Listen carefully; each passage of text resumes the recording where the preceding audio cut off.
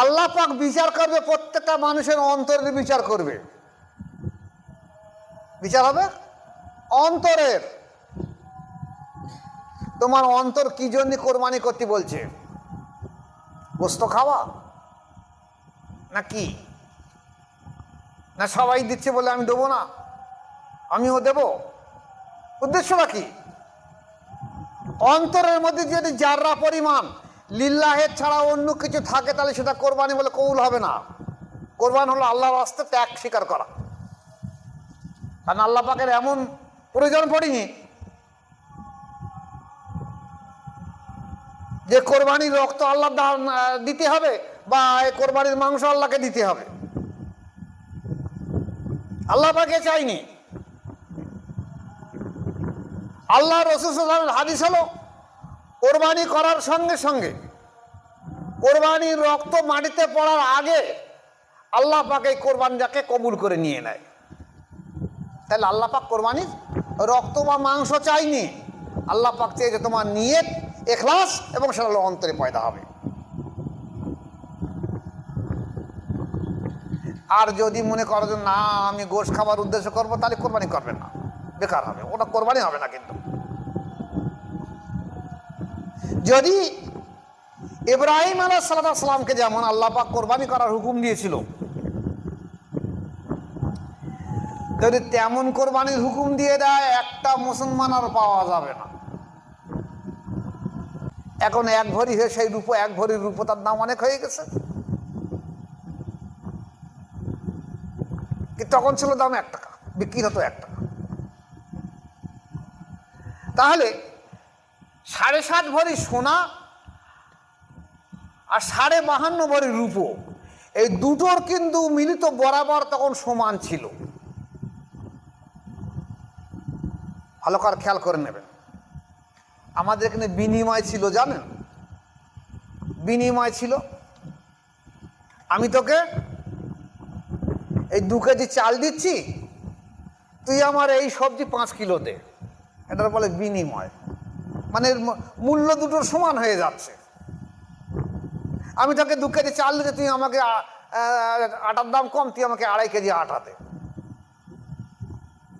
আটার দাম চালের থেকে কম, তাহলে 2.5 কেজি আটা দে। তাহলে তুইও চাল পাচ্ছিস, আমিও আটা পাচ্ছি।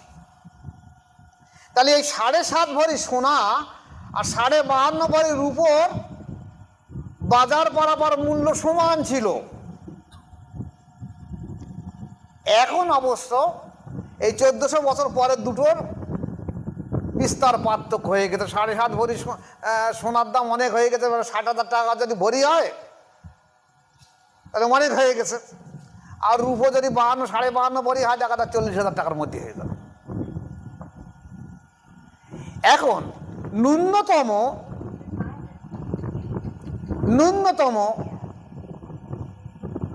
ইমামদের মতে, আমাদের ইমামদের মতে, যে রূপোর নেশাব বরাবর, অর্থাৎ প্রায় 40,000 টাকার মতন হবে। 52.5 ভরি রূপোর দাম 700-800 টাকা যদি ভরি হয়, তা যদি একটা মানুষের তার বাড়ি সোনা থাকে, সোনার গহনা থাকে, রূপো থাকে, রূপোর গহনা থাকে, সোনার টাকা বা রূপোর টাকা বা সোনার গহনা বা রূপোর গহনা বা নগদ টাকা, ব্যাংকে রেখে দেওয়া টাকা বা ব্যবসার মালামাল, এই সমস্ত মিলে যদি দেনা বাদ দিয়ে তাকে 40,000-এর মতন উদ্বৃত্তি থাকে, তাহলে তার জন্যে জাকাত হলো ফরজে আইন, তাকে জাকাত দিতেই হবে। এই জাকাত হলো শতকরা 2.5 টাকা করে। একটা মানুষের 1 কোটি টাকা রয়েছে, তার মানে 2.5 লক্ষ টাকার জাকাত দিতে হবে। সে যদি মনে করে যে আমি 40 টাকা 50 টাকা 100টা শাড়ি দান করবো, জাকাত হবে না। কিন্তু আল্লাহ পাক এই হুকুম দেয়নি। এইবার আসুন, যে ব্যক্তির জাকাত ফরজ, সে ব্যক্তির কোরবানি হলো ওয়াজিব। এইবার আসছে কোরবানি আলোচনা। যে ব্যক্তির জাকাত ফরজ, তার কোরবানি হলো ওয়াজিব। ওয়াজিব মানে ফরজের কাছাকাছি। এবার আপনারা হিসেব করে দেখে নেবেন যে আপনাদের জাকাত ফরজ হয়েছে না ফাঁকি দিয়েছেন, আপনাদের কোরবানি করতে হবে কি হবে না। এখন যদি কারুর জাকাত ফরজ না হয় তাহলে তার পক্ষে কোরবানি হলো ফরজ নয়, মুস্তাহাব কোরবানি সে দিতে পারে, নফল কোরবানি সে দিতে পারে, নিষেধ নয়। আমার মালামাল আছে কিন্তু আমার এবার জাকাত হয়নি, কোরবানি দিতে পারি। কিন্তু আল্লাহ পাক বিচার করবে, প্রত্যেকটা মানুষের অন্তরের বিচার করবে। বিচার হবে অন্তরের। তোমার অন্তর কি জন্য কোরবানি করতে বলছে? গোস্ত খাওয়া না কি? না সবাই দিচ্ছে বলে আমি দেবো না, আমিও দেব? উদ্দেশ্যটা কি? অন্তরের মধ্যে যদি যাররা পরিমাণ লিল্লাহের ছাড়া অন্য কিছু থাকে তাহলে সেটা কোরবানি বলে কবুল হবে না।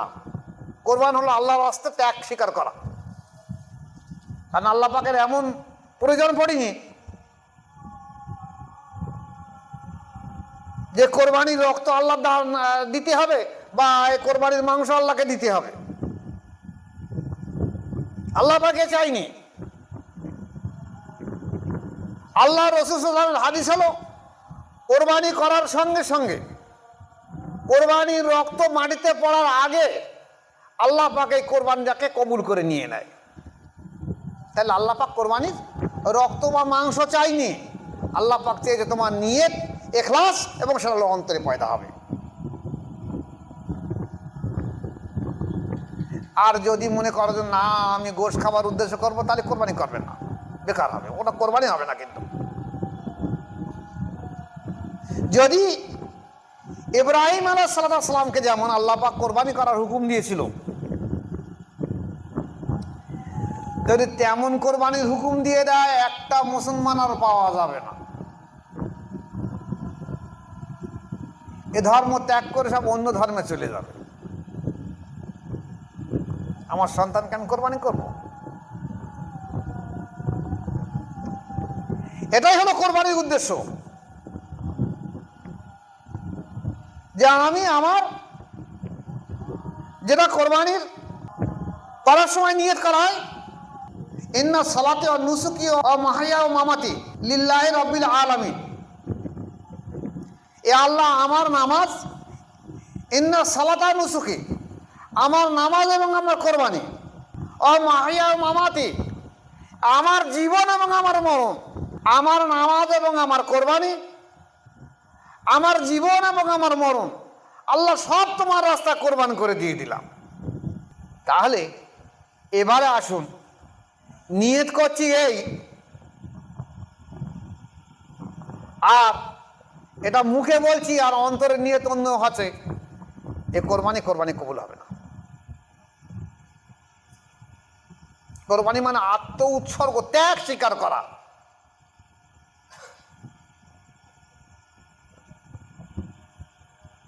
এখন আসুন, কোরবানি যে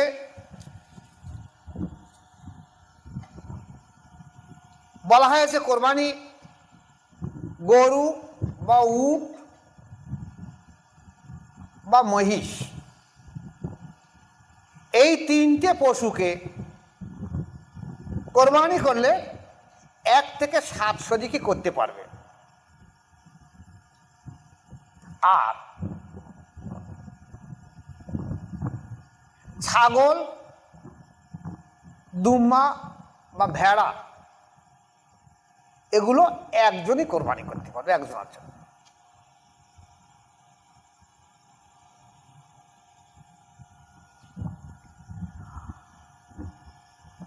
তাহলে কোরবানি যদি মুস্তাহাব করা বৈধ থাকে তাহলে কোরবানি করা তো সহজ। একটা মানুষ যদি বছরের শেষে এই কোরবানির পরে 1-1.5 হাজার টাকা দিয়ে একটা ছাগলের বাচ্চা কিনে রেখে দেয়, কি ভেড়ার বাচ্চা কিনে রেখে দেয়, ওই 1 বছরে চড়তে দেখা যায় অনেক বড় হয়ে যাবে 1 বছর পরে, তাহলে আমার 1-1.5 হাজার টাকায় কোরবানি হয়ে যাবে।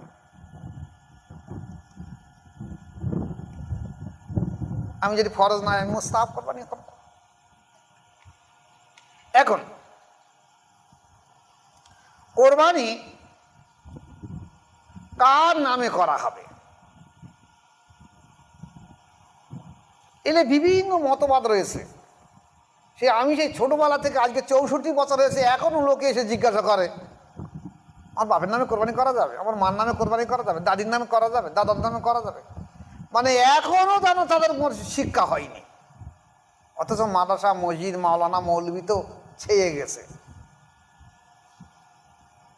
দেখবেন কোরবানি করার সময় হুজুর কি করবো, আমার এটা কার নামে দেই বলেন দেখি।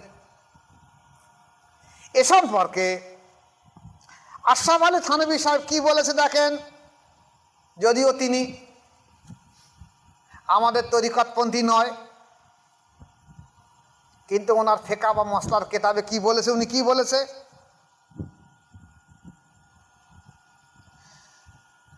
যে কোরবানি হলো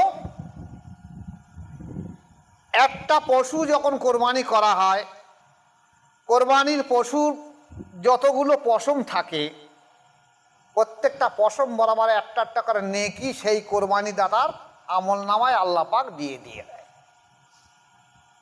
তাহলে সংসারে হেড অফ দ্য ফ্যামিলিকে গার্জেন থাকে, কারুর বাপ থাকে, কারুর বাপ নেই তার মা থাকে guardian, head of the family. কারুর মা বাপ নেই কিন্তু বড় ভাই গার্জেন হয়। তার সংসারে চলার পথে ভুলভ্রান্তি head of the family guardian করে থাকে, তাহলে সবটা তারই বেশি দরকার। তার চলার পথে সে ভুলটা বেশি করে, তাহলে তার সওয়াব বেশি না হলে সে গুনাহগার হবে, সে জাহান্নামী হবে, তার মিজানের পাল্লায় বদির ভারী হয়ে যাবে। তাই সংসারে যে head of the family guardian তার নামে কোরবান করা জরুরি বা ওয়াজিব। এছাড়া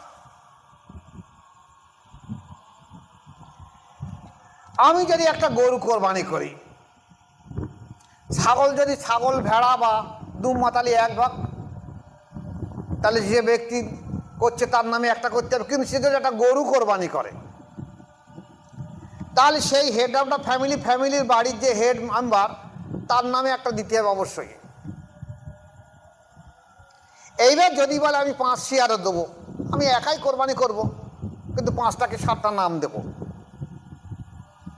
তাহলে ও ব্যক্তি ও জীবিত, ওর জন্য সর্বসময় ওয়াজিব, ওকে আগে নাম দিতে হবে। এইবার তার দাদা মারা গেছে, দাদি মারা গেছে, মা মারা গেছে, বাপ মারা গেছে, তাদের নামে তার কোরবানি করতে পারে। কিন্তু যদি সে সাহেবে নেশাব ধনী হয়ে থাকে তাহলে আগে তার নামে করতে হবে। আমি সাহেবে নেশাব, আমার পক্ষে কোরবানি ওয়াজিব, আমি আমার মৃত মা বাপ দাদা দাদির নামে কোরবানি করতে পারবো না। যে একটা ভেড়া কি একটা ছাগল কি একটা দুমা আমার মা বাপ মৃত হয়ে তার নামে কোরবানি করে দেবো, হবে না। আমি সাহেবে নেশাব আমাকে আগে করতে হবে। কিন্তু যদি গরু হয় কি উট হয় কি মহিষ হয় তাহলে 7টা শরীক পর্যন্ত করা যাবে, তখন আমি আমার নামে 1 ভাগ রেখে দিলাম। এবার 1 ভাগ রাখার পরে এবার আমি আমার মৃত মা বাপ দাদা দাদি নানা নানির নামে কোরবানি করতে পারি 7টা শরীক হিসেবে।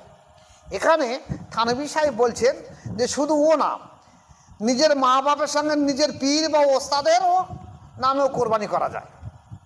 এমনকি রাসূলুল্লাহ পাক সাল্লাল্লাহু আলাইহি ওয়াসাল্লামের নামেও কোরবানি করা যায়, ওনার স্ত্রীদের নামেও কোরবানি করা যায়, বিবিদের নামে। তাহলে এই কোরবানি করলে তাদের আত্মা সন্তুষ্ট হয়ে তাহলে আপনার উপরে তারা সন্তুষ্ট থাকবে, আপনার উপরে রহমত বর্ষণ হবে, আপনার উপরে দোয়া করতে থাকবে। তাহলে আমরা যদি কোরবানি করার সময় খেয়াল রাখবো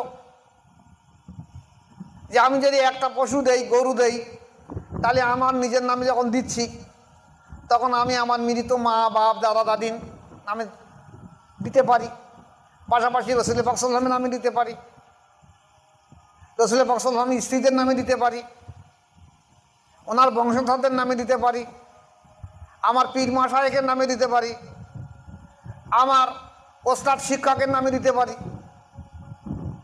তবে আমার ভাগ আগে দিতে হবে, আমার ভাগ আগে রেখে দিয়ে তারপর করতে হবে।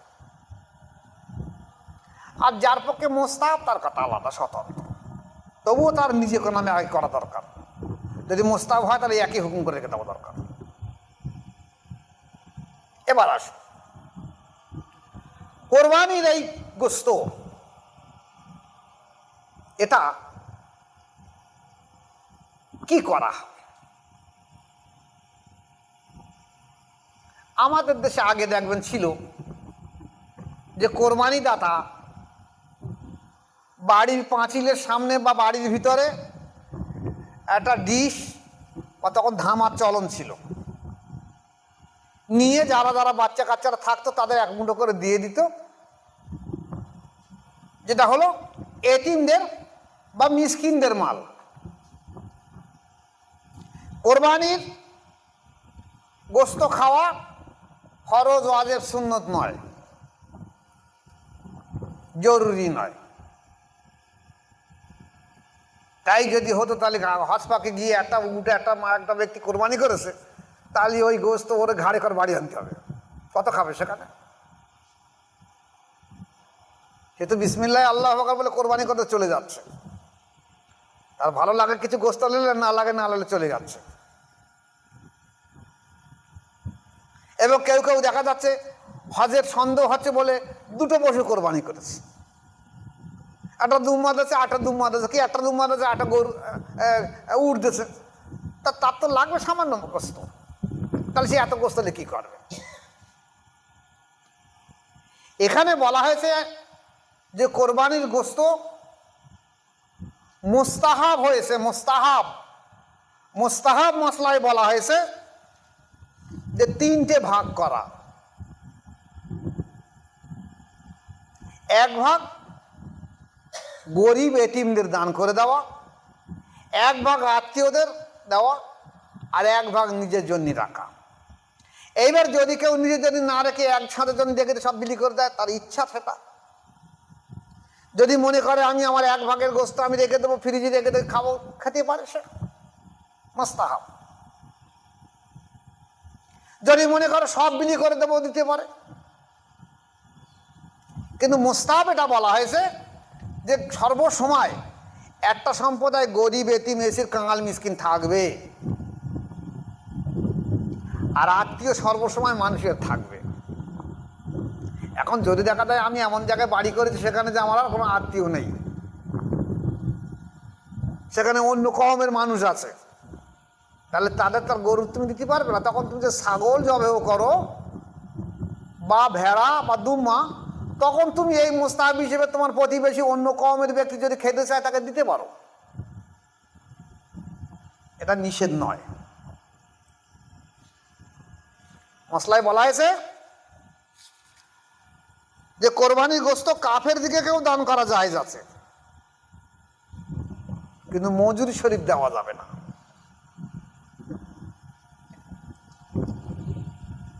যদি তোমার দেয় যে প্রতিভা দিতে পারো।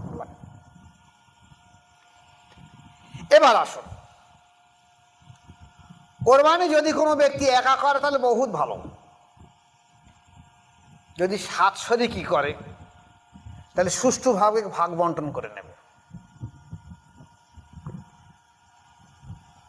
নিয়ে যার ভাগ তাকে দিয়ে দেবে, সে তার এলাকায় বন্টন করে দেবে।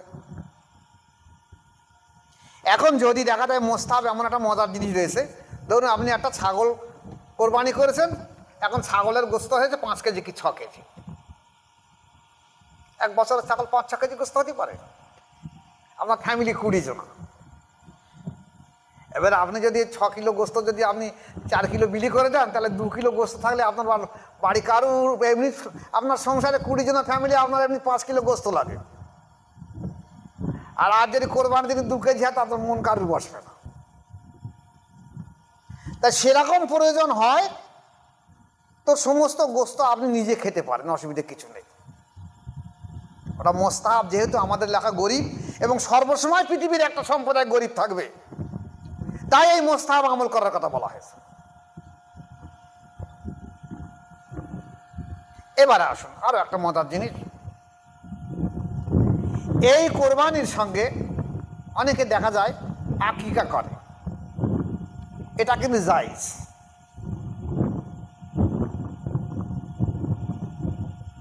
যে আমি একটা গরু কিনেছি, আমি আমার নামে একটা কোরবানি করব, আমার ছেলে মেয়েদের আকিকা হয়নি, আমার স্ত্রীর আকিকা হয়েছে কিনা আমি জানি নি, আকিকা করে দেবো, করতে পারে, এটা বৈধ। আর একটা মজার জিনিস হলো, যদি আপনি শরিক হিসেবে কোরবানি করেন, 3 জনা কি 4 জনা কি 5 জনা কি 7 জনা, তাহলে শরিক নির্বাচন করে নেবেন ভালো করে। যদি কোনো শরিকের গোস্ত খাবার উদ্দেশ্য থাকে, তাহলে সমস্ত কোরবানি, এই কোরবানিটা কিন্তু বাতিল হয়ে যাবে, বেকার হয়ে যাবে। ফলে ওদের সঙ্গে কোরবানি করবেন না। আমার এই কথাটা হয়তো অনেক দূর ছড়িয়ে যাবে। এখন ইউটিউবের যুগ, আমার তো বহু মুরিদ আছে, মোজাদ্দের টিভি দেখে, অনেক আমার মিত্ররাও যেমন দেখে তেমন শত্রুরাও দেখে, দূর দূরান্তের ব্যক্তিও দেখে, সারা বিশ্বের বাঙালি যেখানে যেখানে আছে তারাও দেখে। তাহলে কোরবানি শরিক হিসেবে চিন্তা ভাবনা করবেন। আমি আমার ব্যক্তিগত মতামতে তরিকার মাশায়েখ হিসেবে এই হুকুম দিয়ে দিচ্ছি আমার মুরিদদের, এটা সাধারণ মানুষের জন্য নয়, যে আপনারা আপনাদের নিজেদের শরিক ছাড়া বাইরের শরিক নেবেন না। কার কি আকীদা, কার কি নিয়ত, কার কি চিন্তা ভাবনা আমি জানি না। আর কাছে বা দূরের প্রবাসী যারাই থাকবেন, যারা যেখানে কোরবানি করবেন, সেই কোরবানির গোস্ত যে আপনি গরিবদের তো দান করবেন, আত্মীয় হিসেবে যে হকদার হিসেবে আপনারা চেষ্টা করবেন যে আপনার তরিকার ভাইয়েরা হলো বড় হকদার।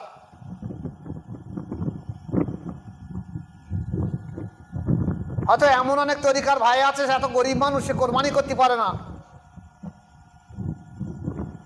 কিন্তু সে একটু তাকওয়া পরহেজগারি করে খায়।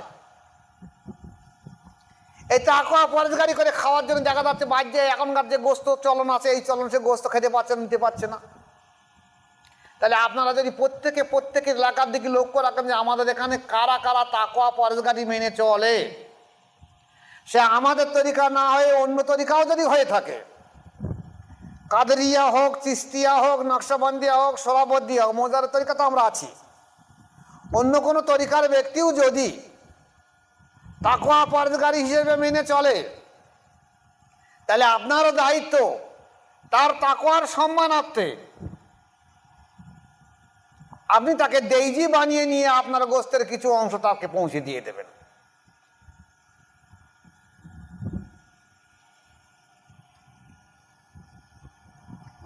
এখন আমাদের দেশে এই যে গোস্তগুলো বিলি করা হয়, দেখবেন এটা কিন্তু আগে ছিল না, বর্তমানে চালু হয়েছে। কিরম মজার জিনিস দেখেন, এই গোস্তগুলো দেখা যাচ্ছে একটা মানুষ সাহেবেন, মানুষ তার মশলা বোঝে না, তো বড় মানুষ মশলা বোঝে, সে হয়তো ধনী মানুষ, সে কোরবানি করে না,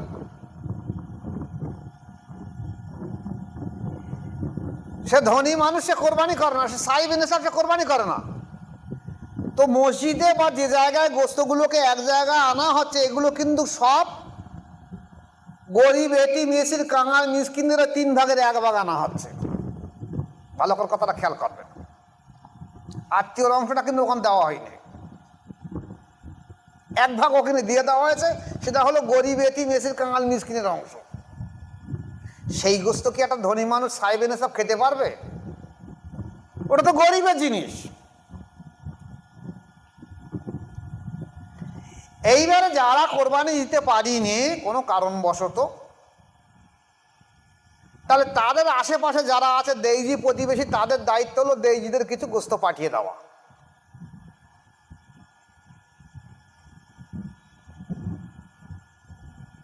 কিন্তু ওই এতিমে এসির, কাঙাল, মিসকিন, ওই গরিবদের মাল যেন কোনো ধনী মানুষ না খায়।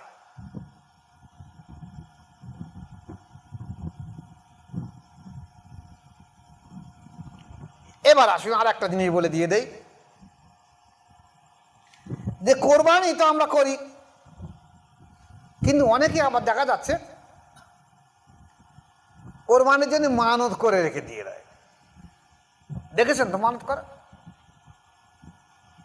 যে আল্লাহ আমার একটা সন্তান খুব অসুস্থ, যদি আল্লাহ সুস্থ করে দেয় তাহলে আমি এই গরুটা আছে, এই গরুটা আল্লাহ আমি কোরবানি করে দিয়ে দেবো। অনেকে করে, অনেকে করে।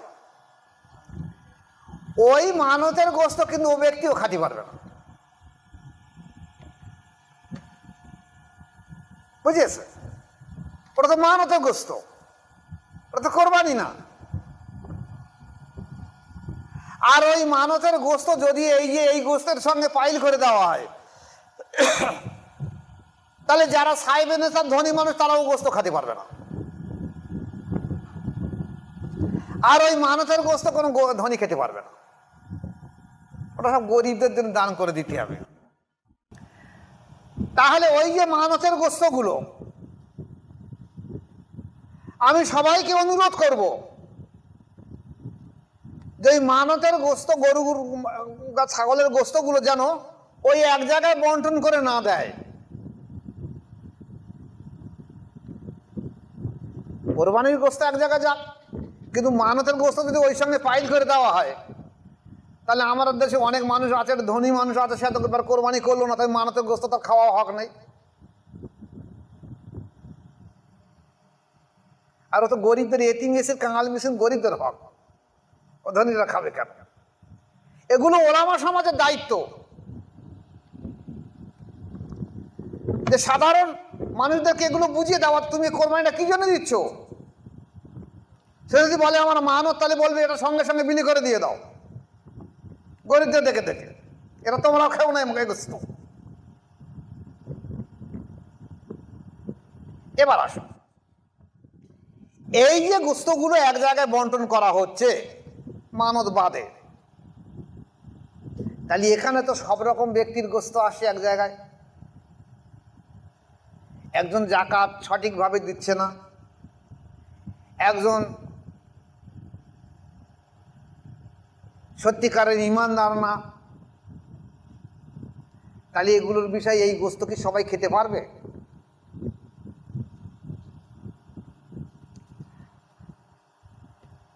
তাসাউপপন্থীরা যেন না খায়। কারণ আমি এই তরিকার প্রসার করতে গিয়ে আমার বহু মুরিদ তারা এসে আমার সঙ্গে অনেক কথা বলেছে, এমন কথা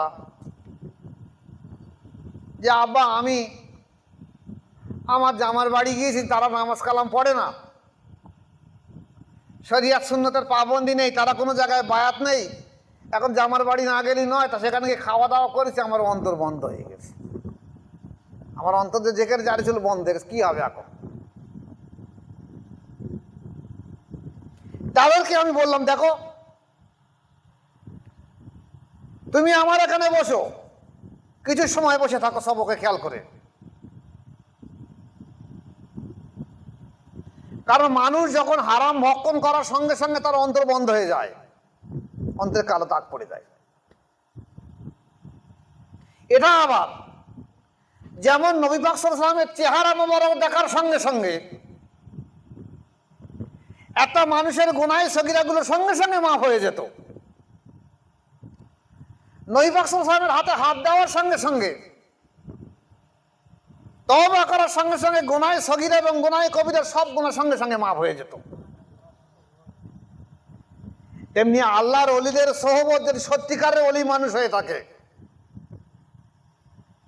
জিন্দাদেলি মানুষ হয়ে থাকে, নফসের ইসলামওয়ালা মানুষ হয়ে থাকে, তাহলে তোমার এই মুর্দাদেল যে দেল জিন্দা ছিল, এই খাদ্য খাওয়ার পরে সঙ্গে সঙ্গে বন্ধ হয়ে গেছে, তুমি আবার তোমার মুর্শিদের কাছে এসে মুর্শিদের হাতে হাত দিয়ে মুসাফা করো, মুসাফা করার সঙ্গে সঙ্গে গুনাহ সগীরাগুলো তোমার সঙ্গে সঙ্গে মাফ করে দিয়ে দিবে আল্লাহ।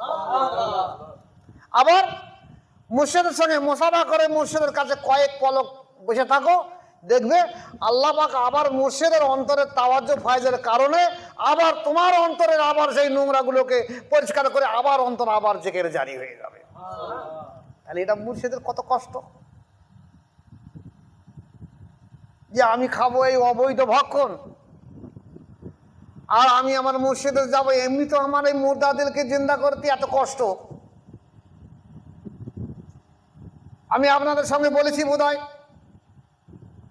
যে আমার মুর্শিদ শাহ সুফি জয়নুল আবিদিন মুজাদ্দিদি রহমতুল্লাহ বলতো, বাবা এখন বুঝবে না পরে বুঝবে। আমি তখন হাসতে বলি, ঠিক আছে আমি পীর সাহেব হইতে দেখা যাবে, এখন বুঝতেছি কি কষ্ট। সেদিন যদি আমি এই বুঝতে আমার সেদিন থাকতো, আমি সারা জীবন ধরে এই বায়াতের কাজে যেতাম না আমি।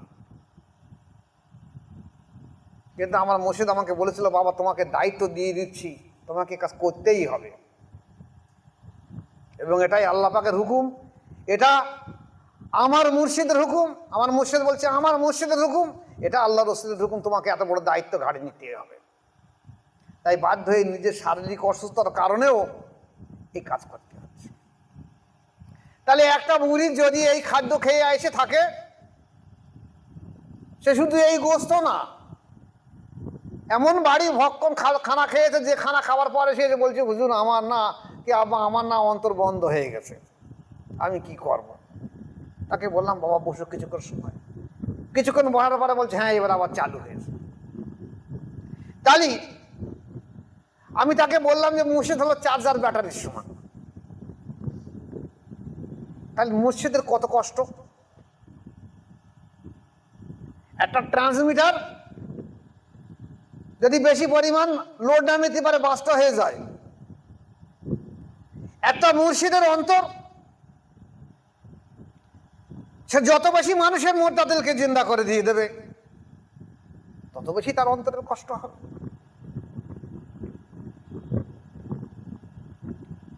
এই জন্যই বলা হয়েছে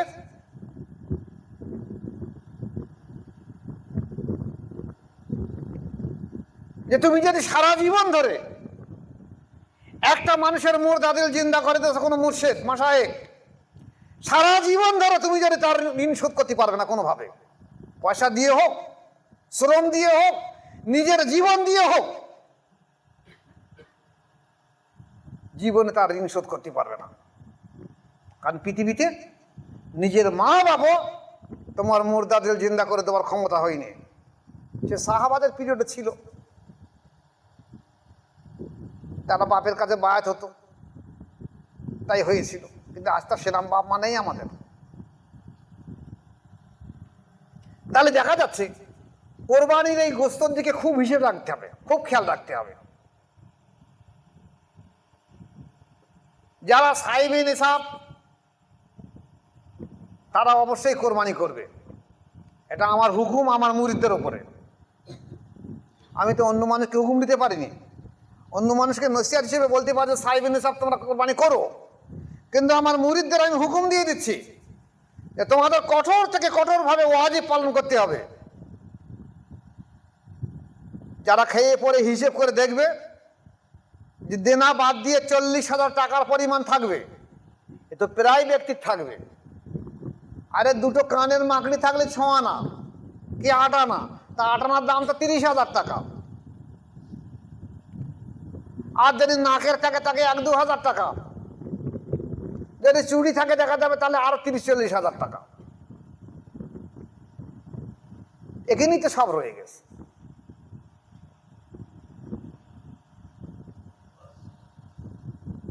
এই জন্যই অধিকাংশ মানুষের যারা সাইবে নেশাব তারা অবশ্যই কোরবানি করবে। এখন যদি সাময়িক কারোর বছর পয়সা না থাকে, তার কোরবানির প্রথম দিন পয়সা নেই, আজকের চেষ্টা করবে কোরবানি 3 দিন করা যাবে। কোরবানির প্রথম দিন, তারপরের দিন, তারপরের দিন, 3 দিন কোরবানি করা যাবে। যদি দ্বিতীয় দিনও টাকা জোগাড় হয়, দ্বিতীয় দিন কোরবানি করে দেবে। তৃতীয় দিন যে টাকা জোগাড় হয়, তৃতীয় দিন কোরবানি করে দিয়ে দেবে।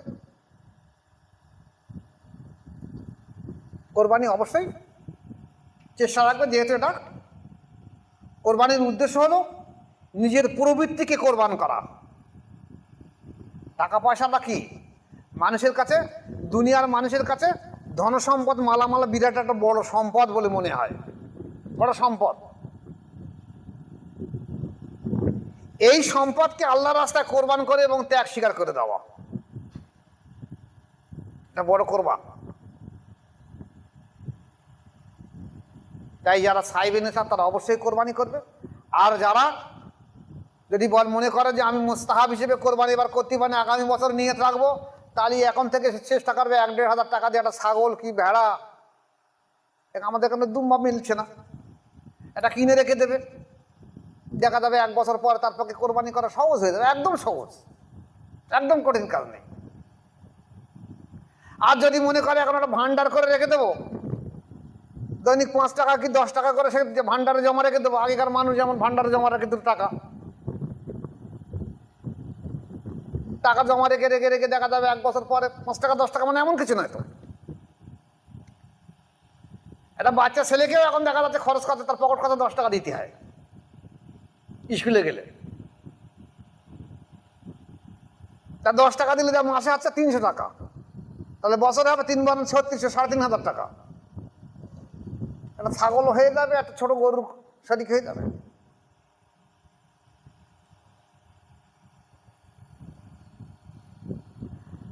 তাহলে যারা কোরবানি করবে তারা নিয়ত ইখলাসের দিকে খেয়াল রাখবে এবং শরীর ভালোর দিকে খেয়াল রেখে দেবে। নতুবা আমি এত পয়সা খরচ করলাম, 10,000, 20,000, 30,000 কি 50,000 টাকা খরচ করলাম, কি 5,000 টাকাই খরচ করলাম, আমাদের উদ্দেশ্য গোস্ত খাবার হয়ে থাকে, তাহলে কোরবানি ওদের সঙ্গে শরীক না নেওয়া ভালো।